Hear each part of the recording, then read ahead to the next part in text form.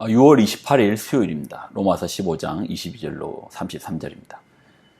그러므로 또한 내가 너희에게 가려 하는 것이 여러 번 막혔더니 이제는 이 지방에 일할 곳이 없고 또 여러 해 전부터 언제든지 서반으로 갈 때에 너희에게 가기를 바라고 있었으니 이는 지나가는 길에 너희를 보고 먼저 너희와 사귐으로 얼마간 기쁨으로 가진 후에 너희가 그리로 보내주기를 바람이라. 그러나 이제는 내가 성도를 섬기는 일로 예루살렘에 가노니 이는 마게도냐와 아가야 사람들이 예루살렘 성도 중 가난한 자들을 위하여 기쁘게 얼마를 연보하였음이라.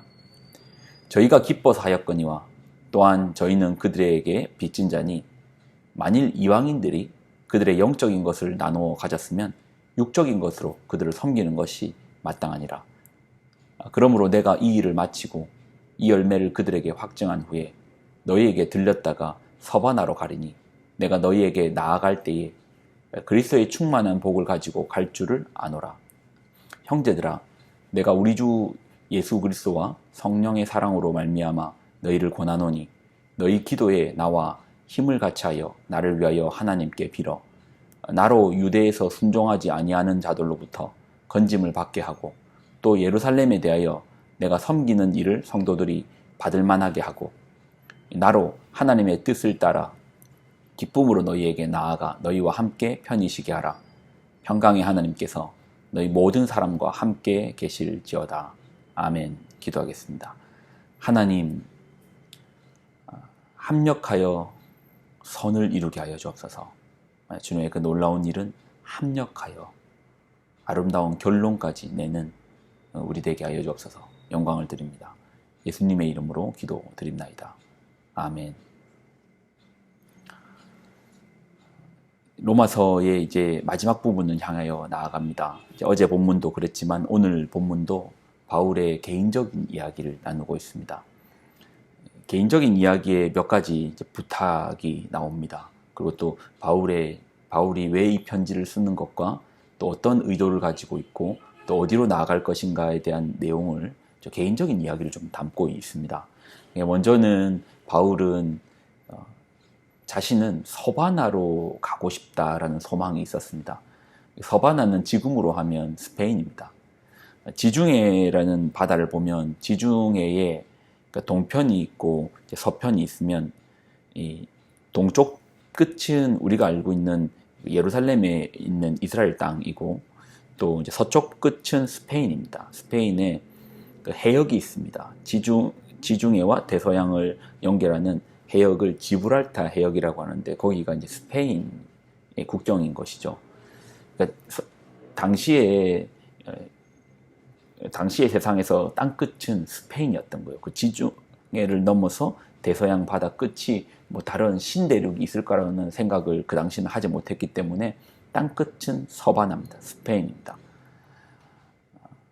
오직 성령이 너희에게 임하시면 너희가 권능을 받고 예루살렘과 온 유대와 사마리아와 땅 끝까지 이르러 내 증인이 되리라 라는 사명을 주님의 말씀에 의지해서 바울은 서바나 땅 끝에 대한 소망을 가지고 나아갔습니다.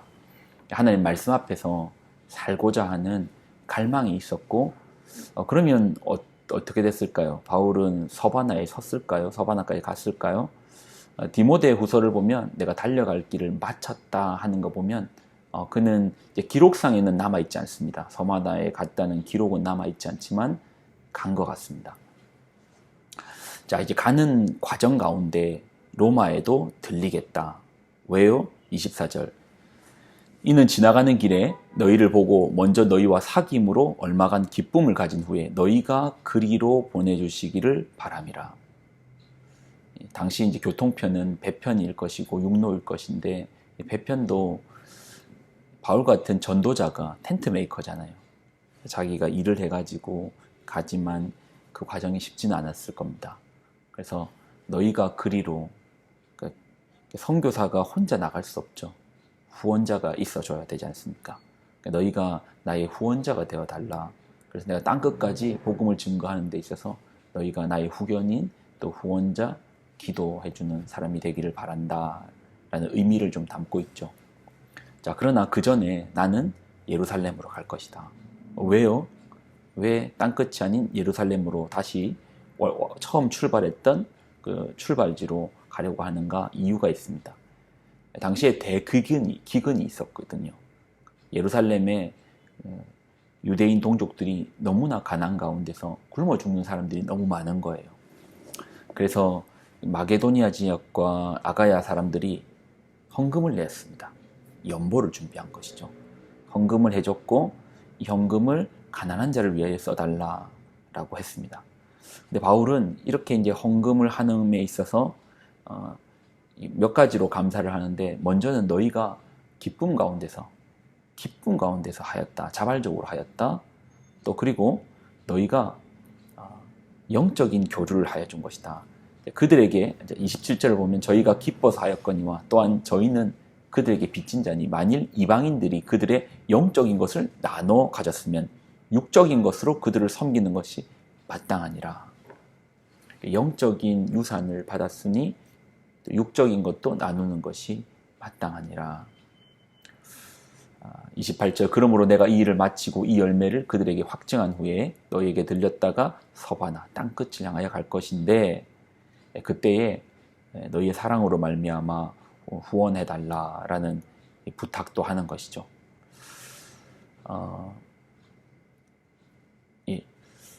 요즘 선교사 사회, 또 이제 선교사 사회뿐만 아니라 이제 기독교 사역자 사회를 좀 보면 제가 보니까 저희 교회도 이제 그 필리핀에 있고, 그러니까 사역자들을 필리핀에 공부하러 오신 분이나 아니면 선교사님들 중에서 사역자를 이제 구하는데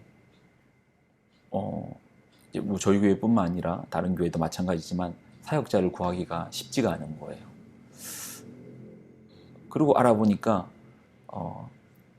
저보다 나이가 어리신 분들이 사실 그렇게 많지가 않습니다. 선교사 사회에도 많지 않고, 요즘 들어서 이제 몇 분 이제 이렇게 오셨지만 사실 젊은 분들이 선교지를 오지 않더라고요. 필리핀 땅을 떠나는 사람들은 많은데 오는 사람이 많지 않아서, 그래서 전에 저희 이제 교회 출신 중에 박우선 목사님이 그쪽 교단의 선교회 쪽에 일을 하십니다. 그래서 한번 여쭤봤습니다. 요즘 선교사님들이 잘 안 오신다고. 그래서 아니 필리핀만 유독 그런 겁니까? 다른 나라는 어떻습니까? 물어보니 다른 나라도 마찬가지라고 하더라고요. 선교사로 안 나간대요. 선교사로 나아가지 않는답니다. 선교사로 나아가지 않을 뿐만 아니라 또 웬만한 지방교회에서는 부목사, 부사역자 구하기도 쉽지 않대요. 코로나 이후로 더 어렵답니다. 그리고 그들이 배출하는 신학교가 이미 경쟁력이 너무 많이 떨어진 게 지원자가 안 온답니다. 신학생이 없고 목회자가 그러면 없게 되는 것이고, 그러니 당연히 이게 이 도미노처럼 차츰차츰 넘어가서 선교사로 나오는 분들도 별로 없다라는 것이죠. 오늘 말씀이 좀 어떻던가요, 여러분? 뭐라고 우리에게 주시고 있습니까? 그들에게 빚진 자니 만일 이방인들이 그들의 영적인 것을 나눠 가졌으면 육적인 것으로 그들을 섬기는 것이 마땅하다라고 말합니다. 주위의 사역자들은 요즘은 이제 뭐 다른 사역을 하기도 하고 일도 하면서 겸업을 하는 것이 트렌드처럼 이렇게 흐르지만은 오늘 성경의 말씀을 보면 마땅하다. 돈을 쫓는 사람들이 아니잖아요. 그러다 보니까 이제 그 가난의 길들이 계속 연속적으로 이어지는 겁니다. 자기만 가난하면 그만인데 가족들까지도 그것들이 이어지고 하니까 요즘 이제 젊은 사역자분들이 사역의 길, 선교의 길, 또 그보다 청년들이 신학의 길, 목회자의 길 자체를 가지 않는 것이 있습니다. 어떻게 보면 이것이 이 마땅하다라는 부분이 마땅히 되어지지 않으니까 멈추는 것 같습니다. 여러분 어떠세요? 영적으로 빚지지 않았습니까? 영적으로 핏을 지지 않았습니까? 내가 예수님을 잘 믿는 것이 내 힘으로 된 건가요? 합력하여 선을 이루어지지 않던가요? 함께 나아감으로 우리가 그렇게 되지 않던가요? 누군가 영적으로 여러분을 돌봐주시는 분들이 있고, 그러니 그들의 영적인 것을 나눠 가졌으면 육적인 것으로 그들을 섬기는 것이 마땅하다라고 말합니다. 저도 목회자다 보니까 이런 얘기를 드리는 것이 참 조심스럽지만, 이것이 저한테 잘해라. 저는 이미 교회에서 너무 잘해주세요. 그래서 저에 대한 이야기가 아니고 전반적인 사회, 기독교 사회를 보는 것입니다. 흐름을 보는 것입니다. 점점 이렇게 가면 아마 우리 당대에야 뭐 사역자가 없어가지고 뭐 교회가 힘들고 뭐 그렇게 되겠어요. 어쩌면 그럴 수도 있겠죠. 그렇지만 우리 자녀 세대 때는요, 우리 자녀들 중에 누가 주의 일을 하러 갈 것이며 또 여러분이라고 보내시겠습니까? 안 보내실 거잖아요. 이렇게 간다면 나중에 어떻게 될까요? 그러니 한번 생각해 봐야 됩니다. 지금부터 풍토를 가져가야 됩니다. 방향을 가지고 가야 됩니다. 그들에게 빚진 자니 만일 이방인들이 그들의 영적인 것을 나눠 가졌으면 육적인 것으로 그분들을 섬겨주십시오. 선교사님들을 섬겨주십시오. 그래서 선교 일을 하시는 분들이, 사역을 하시는 분들이 넉넉하자라는 의미가 아닙니다. 섬김받는 가운데, 사랑받는 가운데, 그 일 가운데 계속 끊임없이 그 섬김을 이어나갈 수 있도록 그렇게 선순환이 되어지면 합력하여서 선이 이루어질 것입니다. 기도하겠습니다. 하나님, 바울의 이야기를 듣습니다. 마땅하다. 영적인 유업을 혜택을 받았으면 육적으로 섬기는 것이 마땅하다. 우리로 이러한 마땅한 일들이 되어질 수 있도록 도와주옵소서. 이 땅 가운데 가난한 선교사님들이 너무 많고 어려운 가운데 주의 일을 묵묵히 걸어가는 주의 사역자들이 많습니다. 그분들을 섬기는 것이 마땅하다라고 말합니다. 섬김들이 사라질 때, 또 우리 후대들에게 갔을 때 좋은 사역자를 찾기가 어렵지 않을까 우려가 됩니다. 지금부터 우리가 이 마땅하다, 아니 마땅히 행할 일에 대해서 그렇게 행하는 우리 교회, 우리 성도 되도록 도와주옵소서. 영광을 드립니다. 예수님의 이름으로 기도드립나이다. 아멘.